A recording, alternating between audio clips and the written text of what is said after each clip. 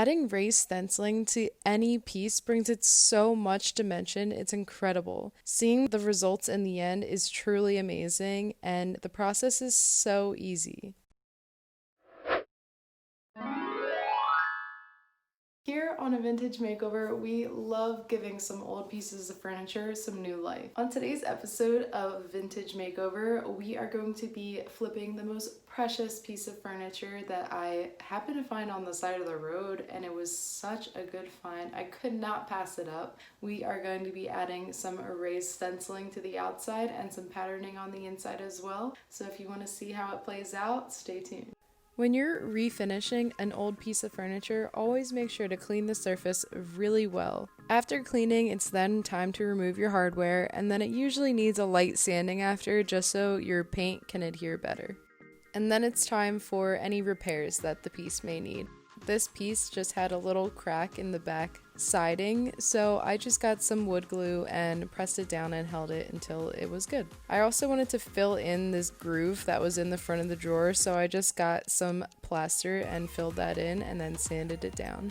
I'm going to be applying this geometric flower pattern onto the outside of my piece using the raised stenciling technique. I thought this would just bring a lot more dimension to it, which it did, and I was so happy to see the outcome. I just applied that around the whole piece, and then after I just slightly sanded down any rough edges that happened when I pulled the stencil off, which will happen, and that's okay.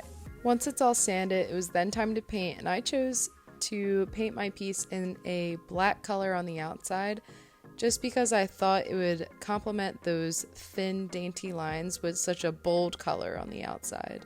I then painted the inside white to contrast against the outside and painted my hardware silver. The piece did look finished when there was no patterning on the inside yet, but I really wanted to have some fun with this one and play with the pattern both on the interior and the exterior of the piece.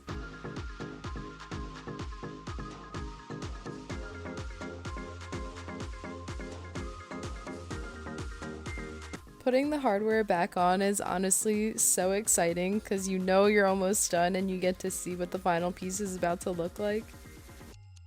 This piece came out looking so much more like sleek and modern, and I love it. The patterning on the inside adds a touch of playfulness, which I like compared to the boldness on the outside. I also love the simplicity of just simply using black and white as my colors. Geometric shapes and lines can always make a piece feel more modern. This concludes today's vintage makeover, and I hope that this look helped inspire some of your future projects. Head to our website to check out more of our stencils, and don't forget to tag us on social media with your stencil art.